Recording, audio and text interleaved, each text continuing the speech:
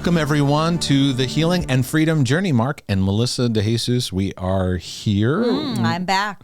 We are able to carve out some time. We believe the kids are settled right now. We believe. Yeah. So we mean it when we say, Lord willing, and the creek don't rise. That's very true. So everybody hurry up and pay attention because we only have so much time. And then... Right. And then something's going to need to be dealt with. We have some good intentions on certain days. Like, yeah, we're gonna film, we're gonna do whatever, and we allow for that though in our life, so it's good. Yeah, you have to learn to adjust. You have to learn to. That's a big deal for me because adjusting to all changes and stuff like that. I know we've come a long way. We really have, right? Yeah. So speaking of, we've. Been in this journey of learning to heal from family brokenness. And today we're going to get into understanding your family of origin. And I think this is very, very important. If I'm sitting down with you and we're going to talk through a battleground that you have, I think it's imperative that we have an understanding of where you come from. And I think that when it comes, I have interacted with counselors that don't do that. Don't ask about your upbringing. Don't ask about where you've come from. To me, I don't think that the purpose of therapy or work or working on your life, emotional health, is like, give me the tools of what I can just do. It's often being aware of what you've come from and how it's impacted your life. Because when I talk to you, I am talking to a culmination of how you've processed your entire history in this body with these eyes looking at me and mouth talking. It's quite the smattering. I like the smattering of.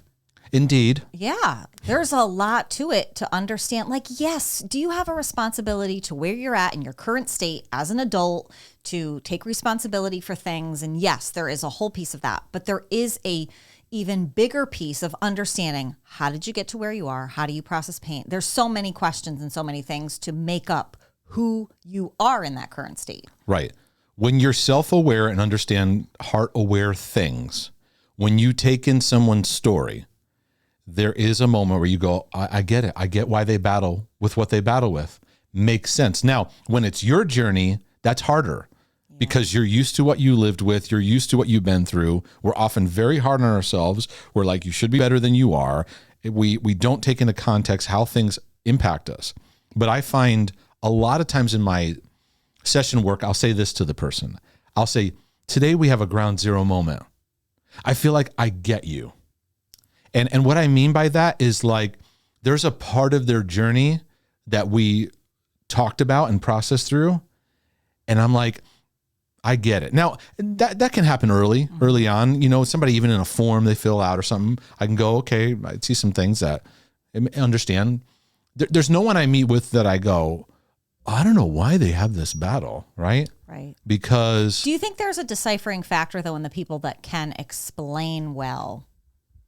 There are people that do identify and understand how they grew up to kind of give you a big picture.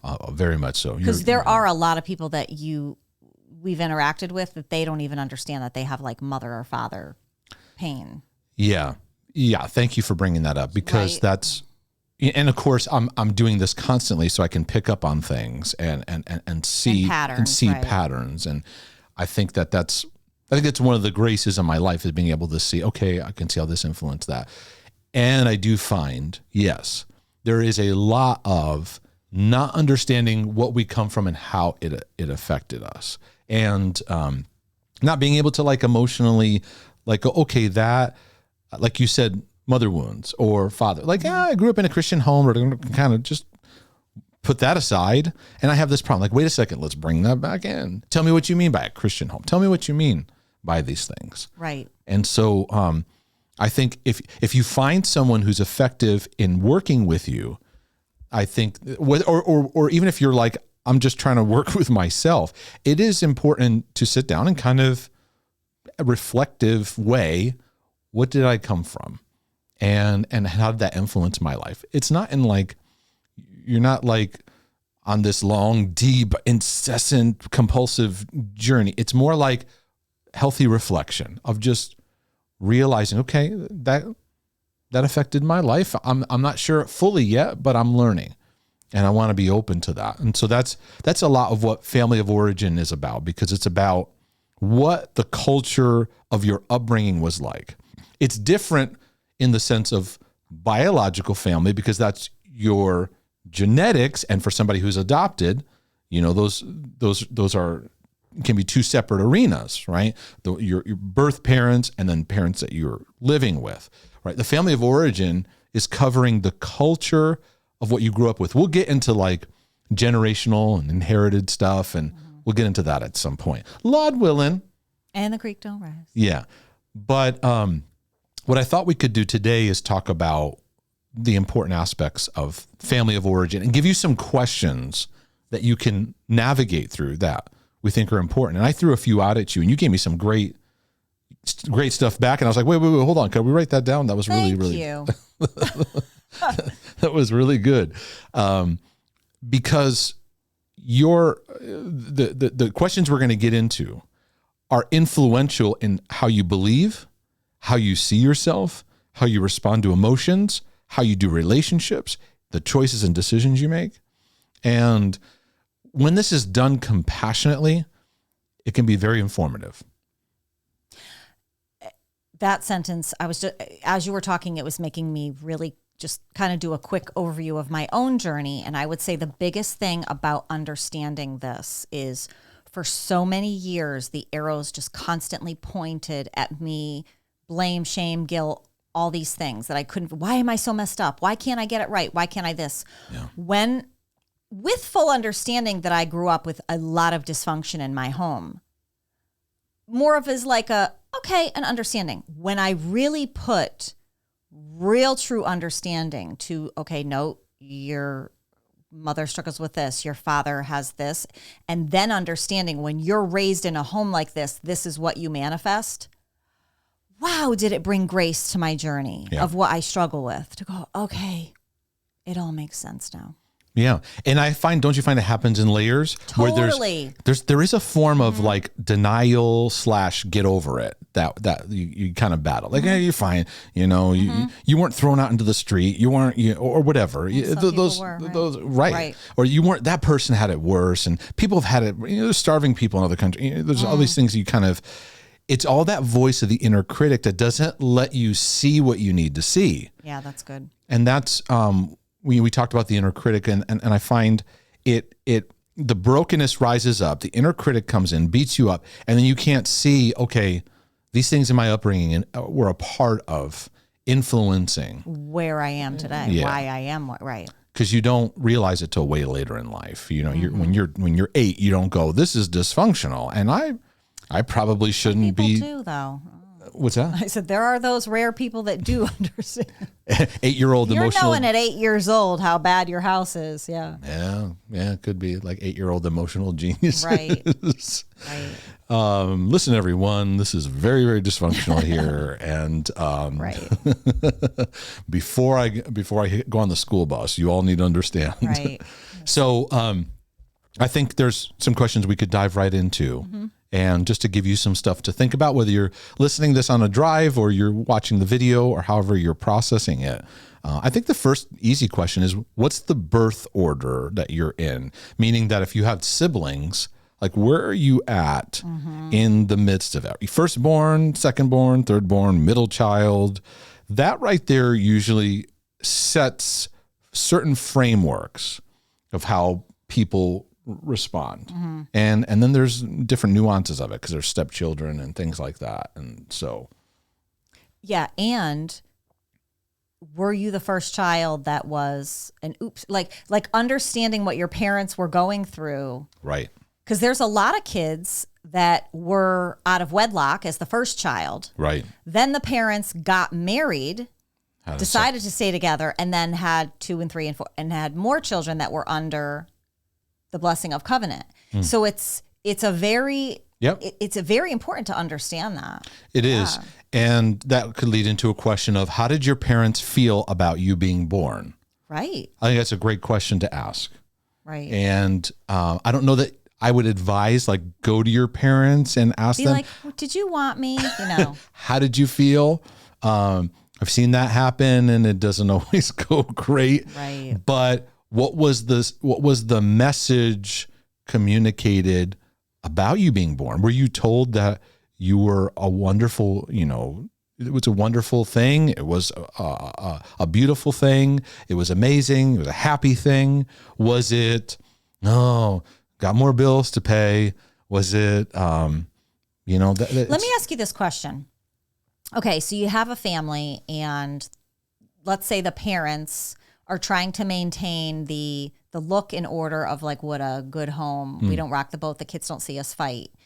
Let's say there's an affair. There's something crazy that happens. The kid, no one knows. People hide a lot of stuff. The kids are older. They're struggling with all kinds of stuff. They don't know why. Like, how much do you think kids should know about like what their parents were going through when they were either born? Like, what do you think the truth? I think there is, because it does help to know. I don't know. I think that parents should be honest with their children in what they've struggled with, and then the level of what they share over time. Right. There's an age appropriate thing of like when things should be revealed, but a lot of this gets into generational stuff, because many times kids will grow up and struggle with something that actually mirrors their parents, but the parents never talked about it. Never right. helped them process through, hey, I know what you're struggling with. I had that same battle myself. So it creates this mystery. Why is Johnny struggling with that? Why is he battling that? Right. So does that answer your question? Yeah. But I think that goes into like the culture of sharing too, of like, right. Like what things were shared in the home? Were parents honest about the fact that they're working through their own journeys, Right. Well, I there's a part for me where I go back to on being in the light. And if you have worked through those things yourself, even though, let's say, 30 years ago, there was stuff in secret, if you've really, truly worked for them, when you're in the light, you've forgiven yourself, you've received forgiveness, it should be something that you could freely talk about. Yep. Yeah. So let's go back to the birth order. So you recognize your birth order. How did you live out of that? Were you a firstborn and you were an achiever? You went out and you went after it, achieving, striving, all that kind of stuff. You become a perfectionist. Were you in a place of middle child comparing yourself? Was there where you felt left out? How did you react in your recognition of your birth order that manifested brokenness? Yeah. Were you the third child and your parents were over it by the time you came? They had nothing left. Yeah. So you were like left to just kind of figure it out. Meanwhile, the firstborn got all the pressure, perfect, do right, Then there's a sense of like, this is where I thought you were going to go with your question. Oh, sorry. Of like where the parents, they're going through a hard time. And like, yeah, it's great we're having a child, but man, this is a really rough season. Yeah. Right? That could get communicated as being unwanted. But I think over time, if a parent's trying to be healthy, right, of like, hey, this is what we're going through, but you're an amazing gift. But at the same time, there was stuff going on. But I think it is there is a brokenness we carry of that. I'm so glad you were born, and I think that when that gets communicated, like even when we've prayed for people, when that gets communicated, like, I'm so glad that you were born. It can kick up tears of like, wow, I never felt that, like that sense of like me, because people struggle so much nowadays with like, is my life, what's the point of my life? Do people care? Does my life matter? And, was that communicated, to you as like, being glad you were born?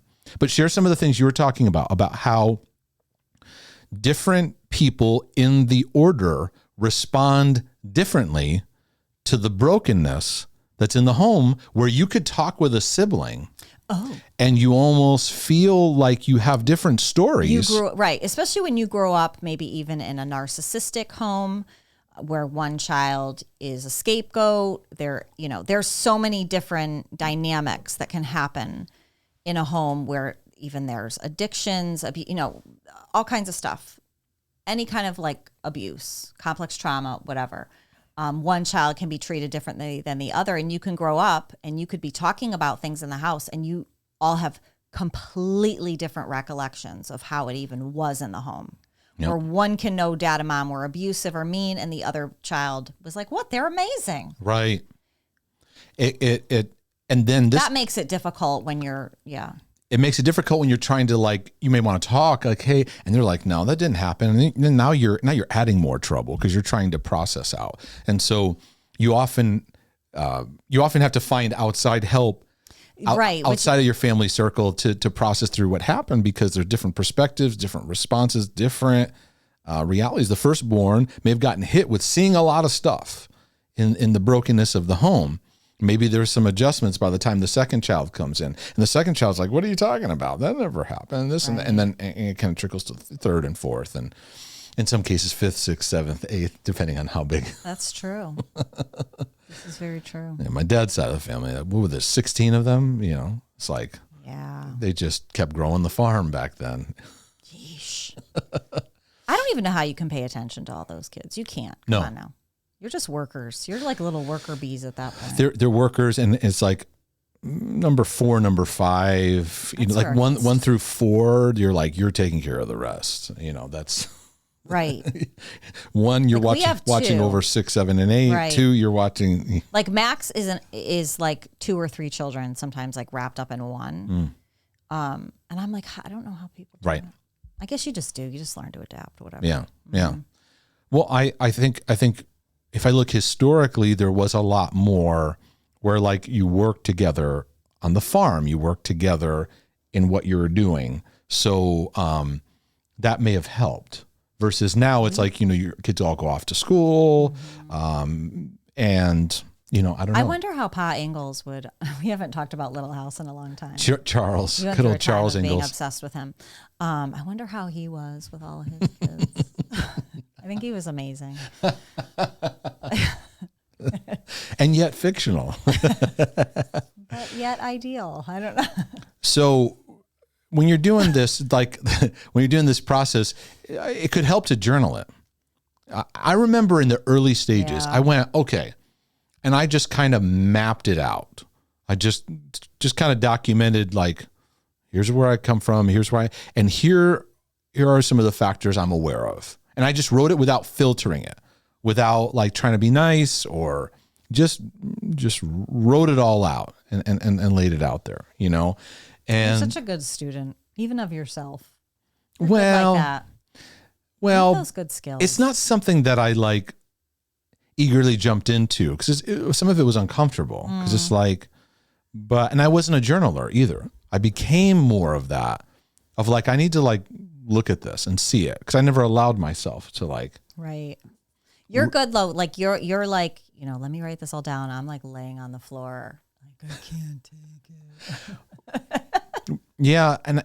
But at the same time, there's all like even in my work with people, and you know this too, when someone starts saying, yeah, my mother and this is her second marriage and her cousin and the cousin's niece, you have this thing where you literally go, yep, following. I'm like, wait, hold on. I need a family tree. I need a diagram. Right. And then we're like an hour, half an hour in, and the person will mention the name and you're like, wait, that?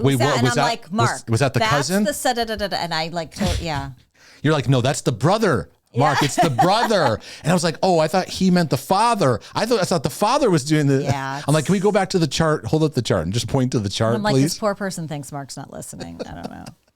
And I am. I just. And you are. You don't do good with that, right? I have to ask people to repeat. Okay, hold on, just a second. So you have 3 siblings. You're in the. I put it on paper. Maybe because you like couldn't keep track of your own family so much. You're like, forget it, I'm out. That's very true. This is too much. That's very true. There's a lot of my family tree that I'm just like. Because your dad is like, we're related to everyone. If you have a Spanish last name, you're related. That's it. Yeah, that's true. That's really true. And you're like, wait, another cousin? I didn't think there was. Yeah, and then he mentions people to me. Like, you know, this is this is Pete. We have some super good This stories. Is Pete, and this is Dito, and this is and I'm like, and he talks to me like I'm supposed to know. I'm like, I don't know who this person. Remember we caught him out that one time. We're like, you don't even know who you're talking about. You don't even know didn't either. know who died. It was so funny. And it was the dad that, no, wait, now I'm confused. We're laughing at somebody dying. No, but he was confused too. Your dad was confused too. You're like, he passed away. I'm like, wait, who? But his son? And they both had the same name. Is his father? Your dad didn't know. He did not know. I'm like, wait, I don't know. Like, which person? Like, I can't believe the confusion around this. So anyways, so I need charts. I need visual aids when it comes to working through. We're not talking about family tree today. Oh my goodness, we went off on a tangent. Okay. I'll bring back to the birth order. When we get to family tree, I'll bring charts with me, and I'll have them available. So everything goes back to this question: how would you describe your mother and your father? Describe how they were in the home, how they were towards you. Were they constantly busy? Were they workaholics? Were they emotionally immature? Were they addicts? Were they constantly anxious, hypersensitive? That's very, very important. And don't judge it. Don't go, yeah, but they didn't have, and they didn't get when you're working through this stuff, judging or just trying to like make it sound nice is not going to be helpful. You have to just kind of lay it out there. This is what I saw. This is because I think it's a good exercise of reflecting on what is the overall, like I think about that myself, like as a dad, what's the overall theme I give off? You know what though? Don't you help that it is helpful to have leading questions, like, because I don't think people generally know to say, well, my mother wasn't loving. I think it helps to have leading questions to say, did your mother show affection? Yes, sir. Like it does help to have those kind of guides, because most people don't consciously. You just kind of go, well, yeah, you know what? She was great. We had dinner together every night, and people have like basic language about. I am encouraging a deeper reflection of like, was she nurturing? How did your parents? Like, go ahead. Well, I think I'm inviting if you say, describe your father and you're stuck, that's a sign of like, that's good. Yeah. This needs to be worked on. I need to start thinking about this more. If it's a blank slate, leading questions are helpful, but it's also like a recognition of like, I don't really know. And what we're getting at is emotionally, how would you describe them? What was their way? What were the like predominant emotions you saw them manifesting? Like for many people, they say, well, my dad was just very quiet. My dad was a good man. He was very quiet. They'll say that. Yeah, and he just worked a lot. Right. So that says a lot, because then there's a passiveness he had where he didn't communicate love and identity, show affection and show things that, that you needed, and be able to fill those needs, in your life, in your journey. And then mom, like, what was her emotional life like? Was she excessively worrying? Was she condemning? Was she, we couldn't get her angry. You shouldn't get her angry. You have identifying those things help. Yeah. And it involves revisiting you as a child. And I think that because so much of our brokenness gets stuck at childhood stages, it hasn't been developed. You might be like developed in this area, but in this area over here, it's undeveloped because it's stuck at a childhood stage because of certain things that you recognize. Mom and dad are the voice of God when you're a child. It is not like, like going, unless the 8-year-old is incredibly a genius. You're 8 going, okay, this is, and you're just responding, right? So later on in life, you go, yeah, that was really harsh, or that was like, I felt a lot of neglect. Never asked how I was doing. We're in a real vast sea of broken hearts of neglect. It's a major part of the brokenness that we carry is not being emotionally tended to. It's like, oh, you had a bad day at school? Well, here's some ice cream, and turn that frown upside down. And and it's like, wait, well, what happened? How did it make you feel? You're right. You need to talk about it. Let's talk about it. That's a huge part of a parent's role. And, for the most part, many, didn't get that. So anything else you'd add to the father, mother? No, I think that's good. Now let's talk about their marriage. Hmm. How was their marriage? How would you describe their marriage? Were they affectionate to each other? Were they, did they like being married? Were they roommates? Did they have the roommate syndrome? How did they argue? How did they deal with conflict? How did they? Yeah, and that goes back to the thing you talk about of like presenting a home, and there's like a lot of secretive stuff. There's differing philosophies on how should, couples, and they're going through an argument, should you keep it completely away from the kids, and there's different perspectives and things like that. But I think it's just kind of, again, understanding, how did they deal with conflict? Was it like, we don't talk about things? Is there a lot of we don't go there subjects, right? Where it's like, I worked with many people where, like, at the dinner table, you couldn't talk about this, couldn't talk about this, couldn't talk about this. It was like a list of rules of what you couldn't talk about. Right. It is very interesting to me in the years that we've been doing this, especially when we were working with couples, how many couples, like, they couldn't relate on humor, down to basic things, TV shows, how to deal with the kid. Like, there was nothing that they had in common. So they were just playing house. Right. And just don't talk. Talked about nothing. It's fascinating. I have a never ending surprise of how much couples don't talk. Right. To this day. And if they do, not honestly. Yeah. So that's a whole subject in itself. I would say, who is the spiritual leader in your home? I was just about to go to that. Like, do your parents pray for each other? We're like on the same line. Gosh, babe, we're so insane. Yeah, who was a spiritual leader? I remember even before I became more heart emotionally aware, when I was a youth pastor. I'd ask this question. Couples would come to me. Their kid is acting up, and I was just kind of like asking, and I'm like, oh, even then there was some signals of like, how's the home and married life and things like that. And I think they were wanting, like, give us 3 steps of what we can do to fix our son, because he's acting out. And I remember one time asking a guy, like, or asking a couple, so who do you consider the spiritual leader in the home? And the guy turns and looks, and he's waiting for his wife to answer. And I'm like, well, I think I got my answer. And right. And didn't they call you after and like try to be like, no, he is? Contacted me later and was like, no, my wife told me that I am the spiritual leader. You're like, bro, we need to talk. She told me it was okay for me to call you and to tell you that I am the leader. Good. Nice. It's just getting a sense of, like, how did leadership flow, and what did that especially, can I say too, if I may, in the Christian home, how comfortable is prayer? I mean, never mind in church, in public, people have such a hard time. They're so fearful, and quite frankly, people don't know how to pray. So the thought of being in a small group, being anywhere and praying out loud, I cannot tell you the amount of women that I have worked with, do you and your husband pray for each other?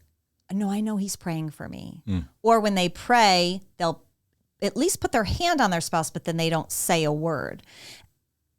How valuable a man's voice is in the home is so astronomical. I can't even quantify what that power is. Right. When a woman hears a man covering her, protecting her, like, it's beyond, even for the children. What does that look like in the home around prayer life, prayer time, spirituality at all between your parents, than them manifesting that to you or in front of you? Right. Do you remember your parents praying for you? And not just when you were sick, right. Or going on a trip. Right. Like the old praying traveling mercies. I'm not sure traveling, what those are, but traveling mercies. That is what it's called. Churches love to say that. The traveling mercies. I'm like, what is that? Is there like some special angels? I don't know. It's like it started from a good place, but it became Yeah. a superstitious thing. It totally is superstitious. I You're remember right. as a kid, we got into a car accident, and I just have this faint memory of one of my parents saying, you know, we didn't pray before we leave. And it's like, it creates that like wow. embedding Yeah. of like, God's like, you missed it, you know? And That is a little stitious. a little stitious for sure, where, but that can be a part of it. You know, we ate and you didn't pray. You didn't pray for the food. It's not blessed. You know, it's like, right? Is it, you know, do we pray for our food? Yes. Do we forget? Yes. Sometimes.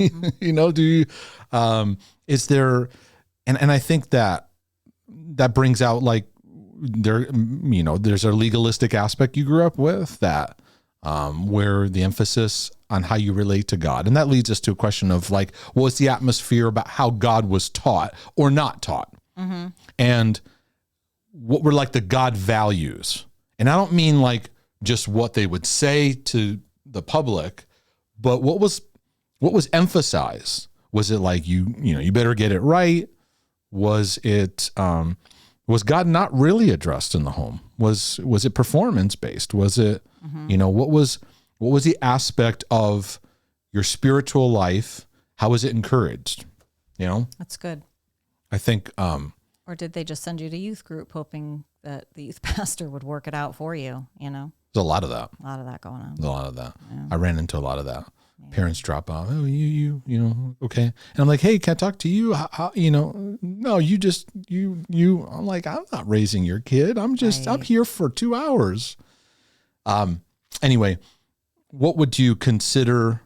I'll take it in this direction. What was valued in your home? This is like a deep question. This takes reflection. It's not going to like pop out immediately. What was held in high esteem? Because for example, what should be held in high esteem is unconditional love, safety, emotional safety, processing, right? Where you it's home base, you can feel safe and feel safe to work things in your life, in your journey out, right? And be equipped in those areas. Some can feel performance was because I wasn't seen unless I came home with a trophy, or if my report card needed to be this, or my spirituality needed to be this, or there's nothing's ever good enough. So no matter what you did, right? Right. Those are some things. It's like, what gets the attention of your parents? What causes them to talk about you? And a lot of times it's, they have a good job and they got a good career in these things, right? Right. Something they can brag about that's looked at in the world as They'll they're go to, achieving. they go to a good college. He's becoming a doctor, or he's got a good paying job, you know? And some of that's understandable. Many came from poverty. And so it's like, for them, having a job and having income is major victory, right? Totally understand. Yep. I don't want to negate that. But it's like, what was the value? And I feel like, I feel like there was a value that I picked up on of like, you got to do it right. Like you got to do it right. And that fueled perfectionism in me for sure, amongst many other things. So therefore pressure comes on, and then the inner critic and all that, you know, internal thing that it's not necessarily what's said. It's kind of like what gets attention and what's seen as valuable, because in a healthy environment, it's, I see you and notice you, not because of anything that you've done. I just see you and notice you. Cause then a girl raise up, she's got to look pretty. She's got to present herself in such a way that a lot of, that's to a big see and to be seen in a certain way, right? A guy needs to be attractive or show that he's an achiever Athletic or whatever. And you know, many of these things can cross over, but it's like that infects how you think now, because we live out of our values. Not values you can quote, I love God and he loves me and getting to like the real, when push comes to shove, it's like, I got to do things just right, or I can't make mistakes. or I got to make sure I look nice. Always got to present well. And when you recognize that, then you can start to challenge that value and begin to see how it influences you and go, what do I really want to value? Because over my life and journey, I am layer by layer letting perfectionism go. And some of it's been a hard journey, but it's like the more I'm embracing new values in replacement of that in the process. Does that make sense? Yeah. And looking at, did you have to act out as a child to get attention? Right.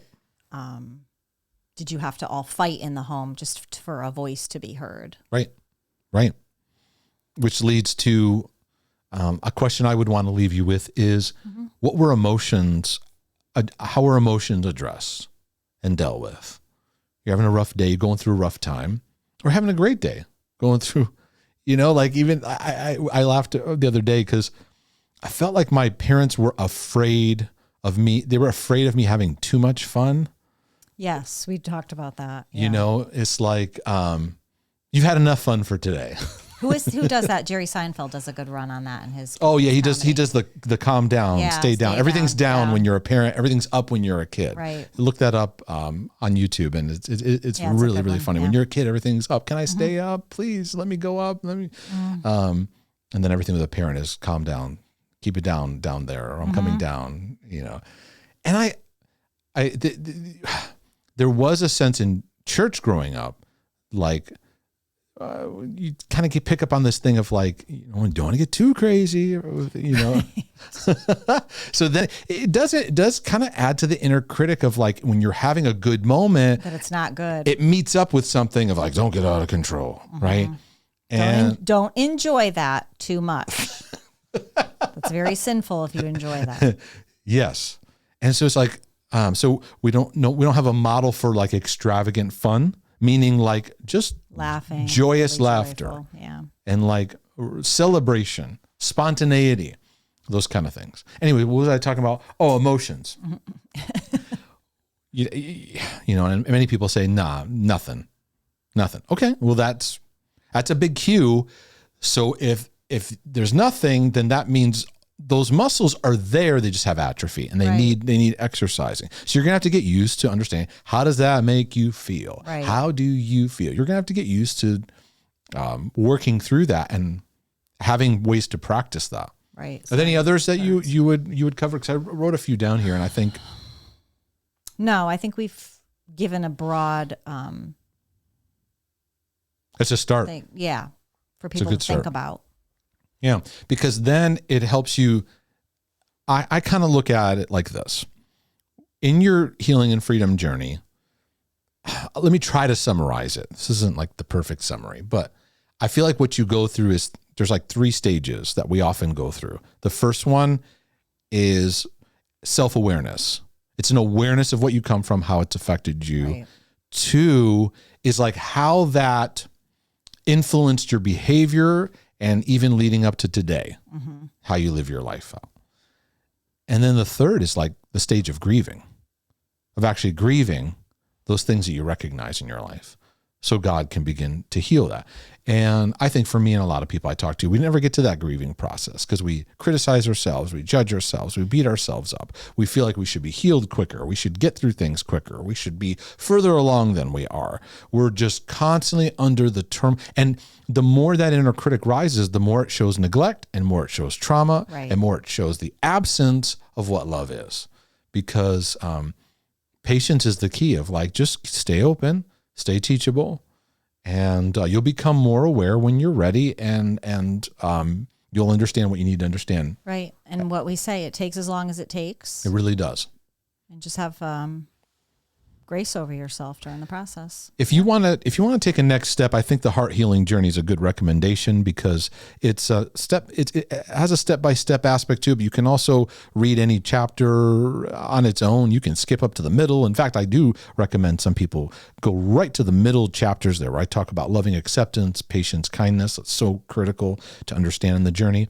But really, this book is a love letter of my heart's desire for you to experience more awakening, healing, and transformation in your life and your journey. So that's what I would recommend. And if this episode's been a blessing to your life and your journey, if anything we said encouraged your life, or maybe even we made you chuckle just a wee bit. We hope so. Because our stuff can get, you get heavy. You need to laugh. You do. Yeah. You do need to laugh. I had a couple stories I was going to share, but I think I'm going to save them for when we talk about family. But if it's been a blessing, go ahead and consider a one-time donation or become a regular supporter of the ministry work that's taking place here. So, Lord willing. And the creek don't rise. We'll see y'all next time. But in the meantime, we're out.